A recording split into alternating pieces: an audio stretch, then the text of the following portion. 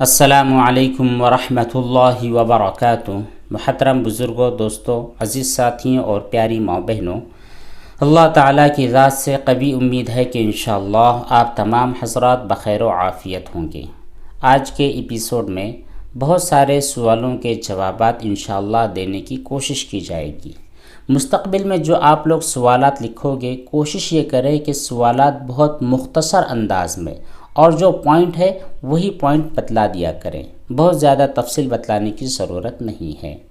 اور جو لوگ کمنٹ کر چکے ہیں ان کے جوابات ابھی تک آئے نہیں ہیں تو براہ کرم آپ اطمینان رکھیں، انشاءاللہ کسی بھی صورت میں، چاہے ویڈیو کی صورت میں یا پھر آڈیو کی صورت میں یا پھر ٹیکسٹ کی صورت میں، انشاءاللہ جوابات آپ کے ضرور دیے جائیں گے۔ اسی کے ساتھ ایک بات یہ بھی یاد رکھیں کہ جو بھی آپ کمنٹ کریں بالکل فریش کمنٹ کریں۔ کبھی ایسا ہوتا ہے کہ آپ کسی کمنٹ کے جواب میں کوئی بات، کوئی سوال تحریر کرتے ہیں اور وہ ہماری نظروں کے سامنے نہیں آ پاتا ہے، تو ان تمام چیزوں کا خیال رکھیں۔ چلیے بڑھتے ہیں سوالوں کے جوابات کی طرف۔ سوال کیا ہے قابل صاحب نے، کہتے ہیں پاکی ناپاکی کے وسوسوں کی وجہ سے میں کافی ٹائم سے نماز نہیں پڑھتا ہوں۔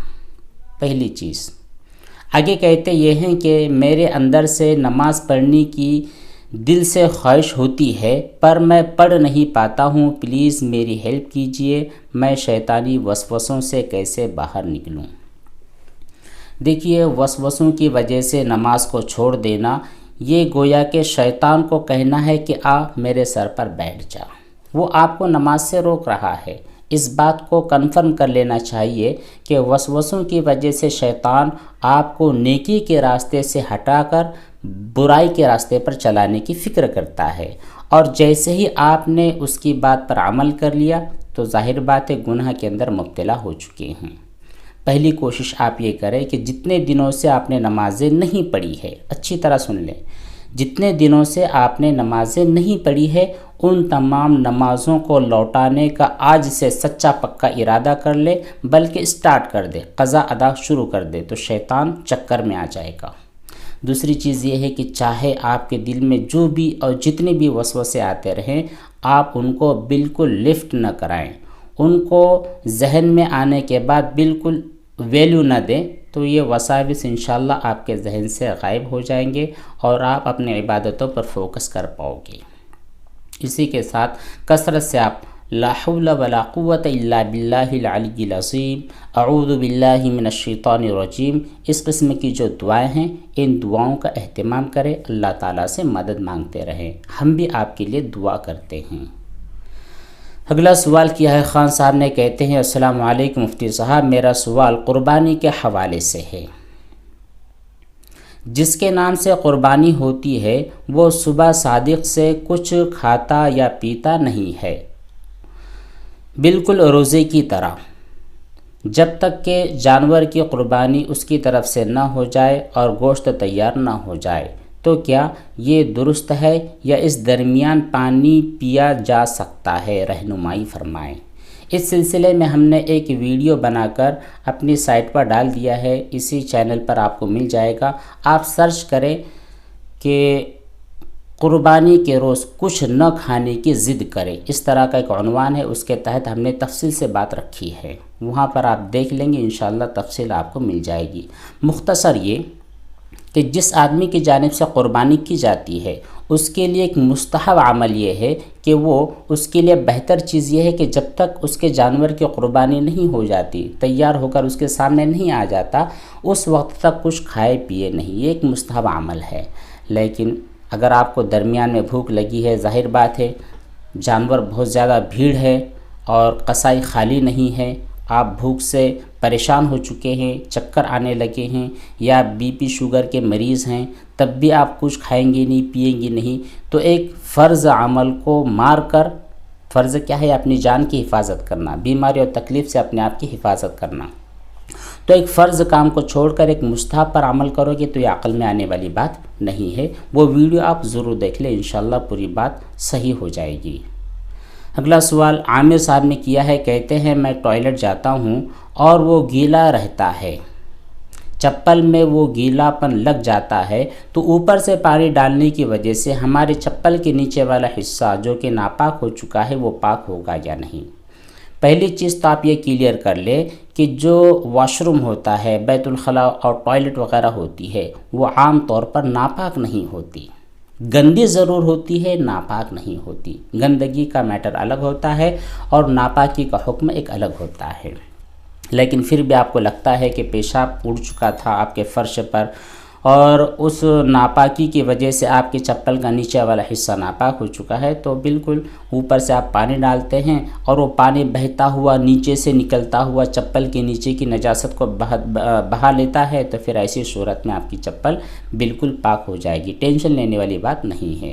اور اگر آپ کو لگ رہا ہے کہ چپل پر پانی ڈالنے کی وجہ سے پانی نیچے تک پہنچتا نہیں ہے، سائیڈ سے بہہ جاتا ہے اور چپل کا نیچے والا حصہ پاک نہیں ہوتا ہے، تو ایسی صورت میں نیچے سے بھی آپ پانی کو ڈال لیا کریں۔ اگلا سوال کیا ہے سعدیہ نے، کہتی ہیں مفتی صاحب اگر ہمارے پاجامے کا ناڑا یا پھر مرد کا انڈر ویئر ہمارے کپڑے کو ہمارے ہاتھ کو ٹچ ہو جاتا ہے تو کیا ایسی صورت میں ہمارا کپڑا یا ہمارا ہاتھ ناپاک ہو جائے گا؟ پلیز اس کے بارے میں بتلائیں۔ جی بالکل ناپاک نہیں ہوگا۔ جو انر ویئرس ہوتے ہیں، ایسے کپڑے جو انسان کے بدن سے بالکل چپکے ہوتے ہیں، چاہے مرد کے ہوں عورت کے ہوں، تو وہ ناپاک نہیں ہوتے ہیں۔ جیسے ہمارے ظاہری کپڑے ناپاک نہیں ہوتے ہیں جب تک کہ ان پر نجاست نہ لگ جائے، بالکل یہی کنڈیشن آپ کے انر ویئرس پر بھی ہوتی ہے۔ جب تک ان پر نجاست نہیں لگی ہے تو وہ پاک ہی ہے، چاہے وہ کہیں پر لگ جائے، آپ الماری میں رکھیں، سکھائیں وغیرہ، کوئی بھی چیز کبھی بھی ناپاک ہونے والی نہیں ہے۔ اگلا سوال کیا ہے ایک صاحب نے، کہتے ہیں السلام علیکم ورحمۃ اللہ، مفتی صاحب میں نے قسم کھا لی تھی کہ میں لڈو نہیں کھاؤں گا، تو کیا میں اب کوئی بھی لڈو نہیں کھا سکتا ہوں؟ اگر آپ نے کسی پرٹیکولر لڈو کے سلسلے میں کہا ہے کہ میں فلاں گجراتی لڈو نہیں کھاؤں گا، میں فلاں قسم کا لڈو نہیں کھاؤں گا، تو اس لڈو کے بارے میں آپ کی قسم منعقد ہو چکی ہے۔ اور اگر آپ نے کوئی خاص لڈو نہیں کیا، صرف لڈو کا نام لیا ہے، تو پھر ایسی کنڈیشن میں کوئی بھی لڈو آپ نہیں کھا سکتے ہیں۔ اگر آپ نے کھا لی ہے تو پھر قسم توڑنے کا کفارہ ادا کرنا ہوگا۔ اگلا سوال ایک صاحب نے کیا ہے، کہتے ہیں مفتی صاحب اگر ناپاک پانی والا کارپیٹ سوکھ جائے، ظاہری نجاست بھی نہ رہے، پھر ایک بار پانی ڈالے اور پوچھ لیا جائے تو کیا وہ پاک ہو جائے گا؟ کارپیٹ کی طہارت اور پاکی کے سلسلے میں بھی ہم نے ایک تفصیلی ویڈیو بنا کر اپنے اس چینل پر اپلوڈ کیا ہے، آپ اس کو وزٹ کر لیں، پوری تفصیل کے ساتھ آپ کو بات سمجھ میں آ جائے گی۔ آپ کے سوال کا جواب دیتے ہوئے کہتے یہ ہیں کہ اگر دھونے کی کوئی کنڈیشن نہیں ہے تو ایسی صورت میں ایک گیلا کپڑا لے لے اور اس جہاں پر نجاست تھی اس کو صاف کر لے، پوچھ لے۔ پھر اس کے بعد اگر آپ پانی بہا سکتے تو بہت اچھی چیز، اگر پانی نہیں بہا سکتے تو دوسری مرتبہ اور تیسری مرتبہ میں کریں، جب وہ سوکھ جائے تو پھر آپ کا وہ کارپیٹ پاک ہو جائے گا۔ اگلا سوال اسلامک شارٹس نے کیا ہے، کہتے ہیں مفتی صاحب اگر ناپاک کارپیٹ سوکھ جائے اور اس پر پوچھا لگا لیا جائے تو وہ پوچھا کتنا گیلا ہو کہ ناپاک ہو جائے گا پوچھا؟ دوسرا سوال آپ کا ہے کہ ناپاک کارپیٹ پر کتنا پانی گرنے کی وجہ سے اس پر پیر رکھنے کی وجہ سے پیر ناپاک ہو جائیں گے؟ تیسرا سوال ہے مفتی صاحب کارپیٹ پر ناپاکی ہے، پھر پانی ڈال کر پوچھا لگانے تو اس کے بعد پانی رہ جاتا ہے، وہ پاک ہوتا ہے یا ناپاک؟ جی کارپیٹ کے سلسلے میں ہم نے ایک دو کافی تفصیلی ویڈیوز بنا کر اپنے چینل پر اپلوڈ کی ہوئی ہے، آپ ان کا وزٹ کر لیں، اچھی طرح سن لیں، انشاءاللہ آپ کو تسلی بخش جواب مل جائے گا۔ پھر بھی آپ کے ان تمام تینوں کمنٹس کے سلسلے میں مختصر سی بات یہ ہے کہ کارپیٹ پر جو نجاست ہوگی، پہلی چیز تو آپ کو کوشش کرنی ہے اس کو دھونے کی۔ اگر دھونا امپاسبل ہے، جیسے کہ زمین پر جو کارپیٹ بچھی ہوتی ہے اور اس کو سولوشن لگا کر پیک کر دیا جاتا ہے کہ وہ نکل نہیں سکتی ہے، تو پھر ظاہر بات ہے آپ اس کو نکال نہیں سکتے، تو وہاں پر دھونے کا حکم ہوتا ہے، پانی ڈال دے اور اس نجاست کو بہا لے جائے۔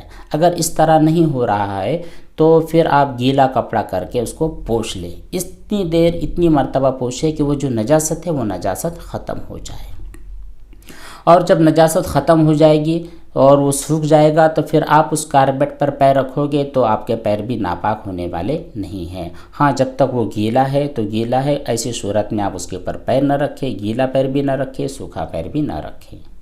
اگلا سوال کیا ہے محمد غلام نے، کہتے ہیں حضرت میرا سوال یہ ہے کہ ناپاک کپڑے دھونے کی وجہ سے غسل خانے کا فرش اور چاروں سائڈ کی جو دیواریں ہوتی ہے وہ ناپاک چھینٹے اس پر پڑ جاتے ہیں۔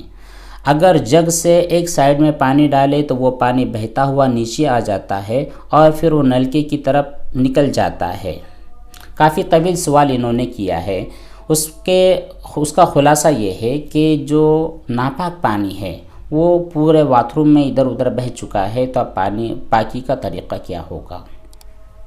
دیکھیے، دیوار پر جو ناپاک چھینٹے پڑے ہیں اگر وہ سوکھ چکے ہیں، بالکل سوکھ گئے ہیں، اب اس کے اوپر نجاست کا کوئی بھی اثر نہیں ہے تو پھر آپ کی دیواریں پاک ہے۔ لیکن ایسا نہیں ہوا، آپ نے اوپر پانی ڈالا ہے تو نیچے اس کو بہنے دے، نیچے ایک دو مرتبہ ایک دو بالٹی ایک دو مگے پانی ڈال دے، اتنا پانی ڈال دے کہ وہ پورا پانی آپ کے نلکے کی طرف چلا جائے، بہہ جائے۔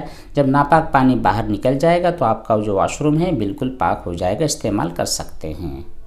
اگلا سوال ہے حضرت، ایک سوال ہے کہ میں باہر کام کرتا ہوں اور وہاں کے لوگوں کو مسائل معلوم ہے یا نہیں، یہ بات مجھ کو پتہ نہیں ہے۔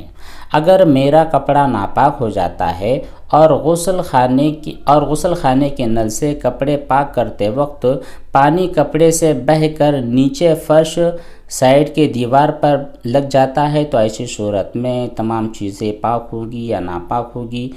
مجھ کو کپڑے دھونے کا بہترین طریقہ بتلائے، پائپ سسٹم سے دھویا جائے یا کس طرح کوئی آسان طریقہ بتلائے۔ آپ کے لیے آسان طریقہ یہ ہے کہ آپ 2 بالٹیاں آپ کے پاس رکھیں، ایک بالٹی کے اندر آپ کپڑا دھو کر صاف کر کے اس میں نچوڑ لیا کریں اور دوسری بالٹی میں آپ ڈال لیا کریں۔ یعنی پورا پروسیس ہونے کے بعد باہر جب آپ نے بچھا کر دھو لیا ہے، اچھی طرح نچوڑ لیا ہے، تو پھر فائنل طور پر آپ ایک بالٹی کے اندر تھوڑا پانی ڈال لیا کریں، اس میں ایک کپڑا ڈالیں اور اس کو نچوڑ لیں، دوسری بالٹی میں رکھیں، باہر آپ سکھا کر آ جائے۔ یہ ایک بہترین آپشن آپ کے لیے ہے۔ یہ تھے چند سوالات اور ان کے جوابات جو آپ کی خدمت میں پیش کیے جائیں۔ اس کے علاوہ اور بھی بہت سارے سوالات انشاءاللہ وقتاً فوقتاً ویڈیو کی شکل میں یا پھر ٹیکسٹ کی صورت میں ان کے جوابات انشاءاللہ ضرور دیے جائیں گے۔ اللہ تبارک و تعالی ہم تمام کو عمل صالح کی توفیق بخشے۔ والسلام علیکم ورحمۃ اللہ وبرکاتہ۔